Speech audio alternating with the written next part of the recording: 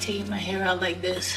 It reminds me like when I was 16 in the Bronx. No limits, all dream. Because, you know, once you get there, the party really starts. You know I have to arrive fashionably late. You're gonna hear about my party, they're gonna be shutting them down, they're gonna probably be arresting me. I just want a little bit of peace and love. Probably what was going through her mind is her career flashing before her eyes. I just kind of hit the wall and was just like, I can't do this anymore. Puffy's recent arrest on racketeering charges and more things I can't say has sent shockwaves throughout Hollywood, turning the spotlight on his infamous past parties. And as the scandal unfolds, a lot of celebrities once linked to his star-studded events have noticeably remained silent. So in the midst of the controversy, a resurfaced photo from the 4th of July party in the year 2000 has reignited buzz on social media. So in the image we see Puffy in bed alongside Jennifer Lopez, Aaliyah, Andre Harrell, Natane Adcock, and Damon Dash. Most folks are dressed in white, minus Puffy, JLo, and Natane, adding to the intrigue of the moment. And then there's another photo. We see only JLo and Puffy cuddled up on what appears to be, once again, this oversized bed covered in white pillows. And after seeing the group photo, folks online are calling the industry cruel, wild, awful. Somebody said, poor Aaliyah dealing with Puffy and some other artists who we can't talk about. Well, another wrote, like, Aaliyah specifically was so vulnerable and unprotected. Like, OMG, that poor girl was in all the wrong spaces. That industry was so cruel the way they treated her. So look, if you look at the photo without the context, it could capture maybe an intimate, a joyful moment, a playful moment. Or maybe that's just what they want this photo to convey. The cheerful scene now stands in stark contrast to the grave allegations that Puffy currently faces,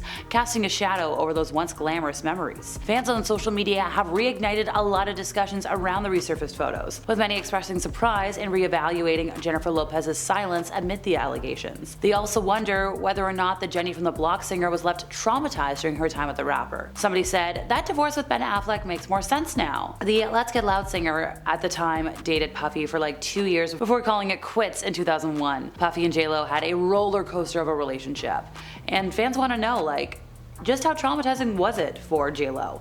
And also, what else is there to say about it? This relationship was one for the history books at the turn of the century. It was turbulent, but hey, according to the duo, they wouldn't change a thing about how it all went about. Or at least that's what they're saying. So when JLo previously opened up about the dating history, she explained that the duo met just as she was entering stardom. She was preparing for the release of her debut album, which Puffy helped to produce. Talking to CBS in 2019, she said that he became kind of a mentor to her in that moment. They had this kind of crazy, tumultuous relationship that ended in a bang. And despite the hardships in their relationship, JLo recalled the lessons that Puffy taught her while they were together. He gave her so many cues, taught her so many things. She mentioned this in an interview with Access Hollywood in 2014. She'll always be grateful to him for that. She loves that he could be so supportive of her so many years later. There was still so much mutual respect, admiration, and love there. Now, if we're looking at how iconic this relationship was, Puffy was JLo's date to the Grammy Awards in the year 2000, where she wore that iconic green Versace dress, the one that we all reference, the reason that we have Google Images. So when you look back at that moment, Puffy told Entertainment Tonight back in 2017 like it was just a wow moment. They were really stepping up their game as far as what they were wearing, how they were going to use fashion. He thought it was really going to change the game as far as for her and for fashion. He didn't know how big it was going to be, but it was a great moment for her, and he said she deserved it. So on the other hand, JLo described this relationship and this point of time as being crazy. She was totally crying, she was going nuts, her whole life was in a tailspin. She said that she knew he was cheating on another woman even though she never technically caught him. Like, she just knew. He'd say he was going to a club for a couple of hours, he'd never come back that night. You trust your instincts. In 2003, JLo opened up about her relationship to Vibe magazine, and she explained that it was the first time she was in a relationship with someone who wasn't faithful. News outlets have reported that JLo did not deny knocking on hotel doors trying to find Puffy. She's like, I can't remember right now, but I won't say it didn't happen. She mentioned that she left him because, like, she had to think, does she want to be home in 10 years wondering where somebody is at 3 in the morning? I don't. I need my sleep. The Let's Get Loud hitmaker and the I'll Be Missing You rapper broke up in February of 2001. That's when the rumors of his infidelity began to circulate in the mainstream. Now at the time, Puffy's publicist said that, he confirmed that he and his love, JLo, have in fact broken up. He wanted to put all the rumors surrounding the relationship to rest. At that difficult time, they asked for privacy. So then after this, JLo explained that she met Chris Judd, a backup dancer. She would have a short marriage with him. And she mentioned, like, coming out of this crazy relationship, she meets this sweet person who's so refreshing. But marriage marriage is not just about love. She thought she had learned that in her first marriage. She loved Chris, she still loves him, he's one of the best people, it wasn't an easy thing to walk away from, but she admitted that they didn't have what it took to make a marriage work. Chris knew that the last thing she ever wanted in this bleeping world was to hurt him. If we're gonna take to social media commentary, somebody's like, hey, has anybody ever considered the fact that JLo might be traumatized from Puffy, which is why she can't stay married? Well, look at this. JLo revealed in a 2001 interview with Rolling Stone that Puffy would often threaten to divorce her, despite the fact that the two actually never got married. She said, like, a lot. He told me many times, I want a divorce. She explained that this threat would come up often, usually when they were struggling to find time to see each other because hectic schedules, and Puffy, frustrated by their lack of time together, would just say, I'll be away so much, or I can't get away, but where do I send the papers? So after this, JLo admitted, like, it was exhausting. She mentioned, like, it was a great time in her life, but it was also scary. They broke up many times before it hit the mainstream news. They got back together, they broke up again, nobody knew about it, it was emotionally exhausting, and she tried to joke. She was like, oh, it was good that I did it when I was young.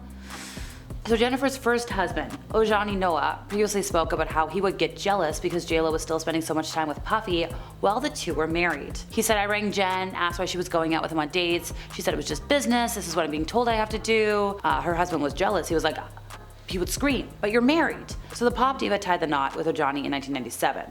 She was married to him for less than a year. One of her friends, one of JLo's friends, photographer, journalist, socialite Salma Francesca, believes like JLo never got over the romance with Puffy. And look, given all of what we've talked about today, there's a lot of folks online that are questioning why JLo hasn't talked out about current events, and it's fueled a lot of speculation and debate.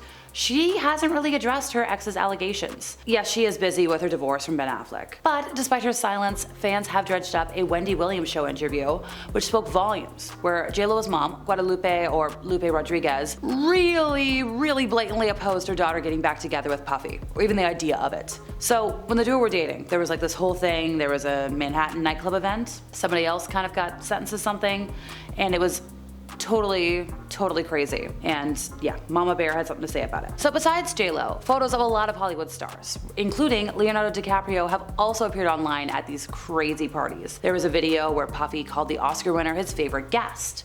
Sarah Jessica Parker's been pictured at Puffy's events over the years.